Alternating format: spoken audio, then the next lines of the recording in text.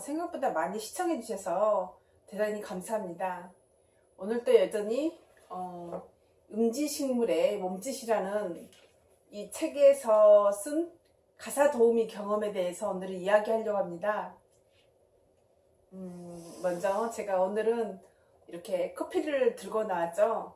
저희 상무지구에 있는 커피숍인데 컴퍼스라고 합니다. 이 한 잔에 1,500원하고 값도 아주 저렴하고요. 아메리카노 아주 즐길 수 있습니다. 간단하게 제가 이렇게 광고 영상을 띄웠는데 뭐 광고비를 받지는 않고요. 제가 이 영상을 띄우면 커피 한 잔은 무료로 주겠죠.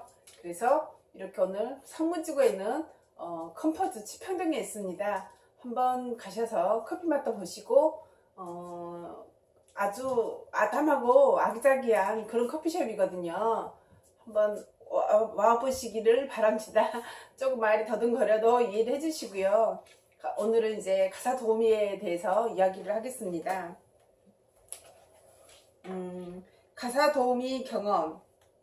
내가 해본 일 중에서 가장 소중한 경험은 가사 도우미 일을 하는 것이었다.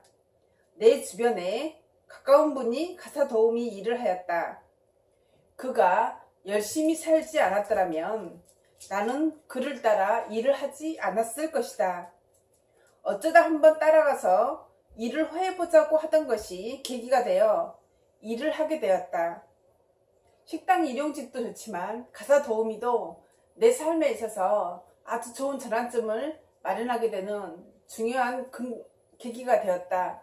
그래서 삶의 체험 중에 정말 소중한 경험이었다고 말할 수 있습니다. 내가 생각하는 가사 도우미란 배우지 못하고 어려운 사람들이 그 일을 한다는 고정관념을 깨뜨렸습니다. 요즘 사교육이 굉장히 비싸죠. 그래서 적어도 뭐 고졸학력 이상인 어머니들께서도 가사 도우미 일을 해서 자녀를 교육시키고 그러한 훌륭한 어머니들이 많이 계시더라고요. 그래서 가사 도우미라는 일에 대해서 생각을 좀 많이 해봤고요. 제가 이제 가사 도우미 일을 할 때에는 큰 평수 작은 평수 금액이 그렇게 정해지질 않아서 불합리한 점이 조금 있었거든요. 그리고 나서 이렇게 이제 그런 것 등을 이제 건의를 하기도 하고 직업 소개서를 통해서 이야기를 하기도 하고 하면서 인건비가 조금 오르기는 했습니다. 그래서 적지 않게 저도 그런 인건비를 올리는데 조금 저도 같이 협력을 해서 일을 해 보았고요. 이제 오늘은 제가 하고 싶은 말이 무엇이냐면 가사 도우미 같은 경우에는 예전에는 산업 분류 코드가 없었습니다. 그냥 여성의 단순한 일이라고 생각을 했던 거죠. 왜 산업 분류 코드가 없었을까요? 가사 도우미를 직업으로 보지 않았기 때문입니다. 왜 직업이 아닐까요?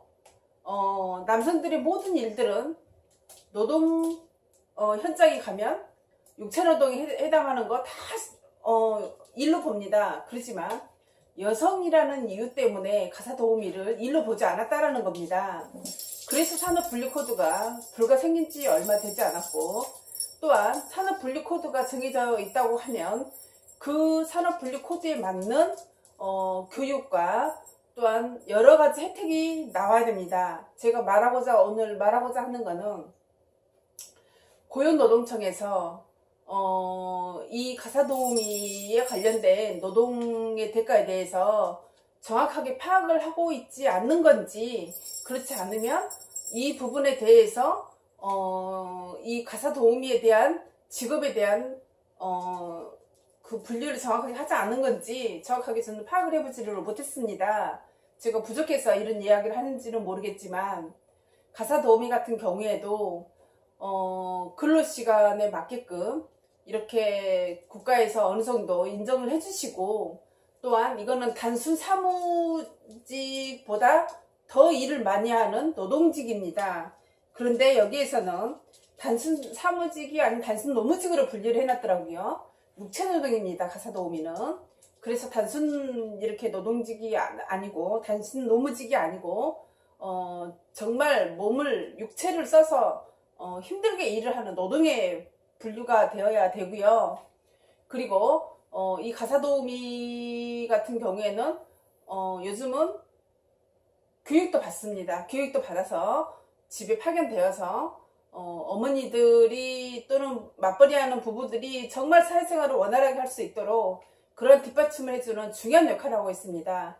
정말 가사 도우미가 만약에 없어져 버린다면 누가 우리 자녀들을 돌봐줄 것이며 가정의 일은 누가 해줄 것입니까? 그러면 맞벌이하는 많은 분들이 일을 하지 못하는 정말 어려운 상황에 처해질 수도 있습니다. 그만큼 이 사회에서 중요한 역할을 하고 있는 부분이 일정 부분이 가사 도우미입니다. 그렇기 때문에 가사 도우미도 노동청에 고용 신고를 할 수 있도록, 그리고 또한 이 가사 도우미들도 적절한 교육을 받을 수 있도록 고용보험에 가입되게끔 국가에서 제도를 마련해 줘야 된다는 것입니다. 고용보험에 가입되어 있지 않으면 교육도 받지를 못할 뿐더러 많은 혜택 부분이 적어질 수가 있습니다. 또한 은행 창구에 가서도 직업으로 분류되지 않아서 어려움을 겪는 많은 그런 가사도우미 같은 경우에는 고용보험에 가입할 수 있도록, 가사도우미 같은 경우에도 고용보험에 가입할 수 있도록 국가에서 제도적으로 뒷받침을 해 주어야 합니다. 그래야 우리가 은행에 가서도 은행 문턱이 높지 않고 은행에 가서도 정상적인 직업 활동을 하는 사람들과 똑같은 대우를 해달라는 겁니다. 가사 도우미를 특별 대접해달라는 것이 아니라 다른 직업을 가지고 있는 사람과 동등하게 평등하게 해달라는 거죠.